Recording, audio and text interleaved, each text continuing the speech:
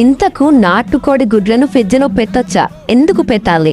అందరికీ నమస్కారం, welcome to Varai form. మనం లాస్ట్ టైం అయితే ఒక ఎర్ర కోడిని పొదిగేసాము. పొదిగేసి ఈ రోజుకు 21 రోజులు అవుతుంది. చూద్దాం ఎన్ని పిల్లలు బయటికి వచ్చాయో. మనం మొత్తం 12 గుడ్లు అయితే వేసాము. అందులో నుంచి 8 కోడి పిల్లలు అయితే బయటకు వచ్చాయి. ఇందులో 4 అయితే ఫెయిల్ అయిపోయినాయి. ఒక కోడి గుడ్డు సాధారణంగా 15 రోజుల నుంచి 20 రోజుల వరకు పాడవకుండా బాగానే ఉంటుంది. ఒకవేళ 20 రోజులు దాటితే గుడ్డు పాడయ్యే ప్రమాదం ఉంది. ముఖ్యంగా ఎండాకాలం వచ్చేసరికి తీవ్రమైన ఎండల కారణం వల్ల 15 రోజులు దాటే వరకే గుడ్డు పాడయ్యే ప్రమాదం ఉంటుంది. ఇందువల్ల పాడవకుండా కోడిగుడ్లను మనం ఫ్రిడ్జ్లో పెట్టుకొని 20-25 రోజుల వరకు కాపాడుకోవచ్చు. మనమైతే ఈరోజు 4 కోళ్ళను అయితే పొదిగేయబోతున్నాం.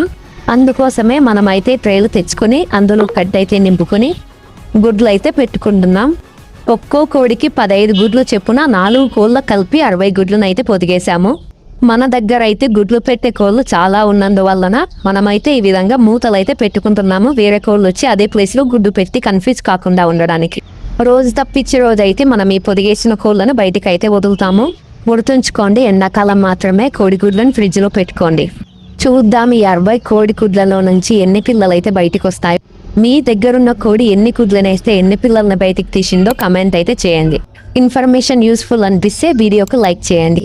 ఇంకా కోళ్లకు సంబంధించిన వివరాల కోసం వారాయి ఫార్మ్స్ని సబ్స్క్రైబ్ చేసుకోండి.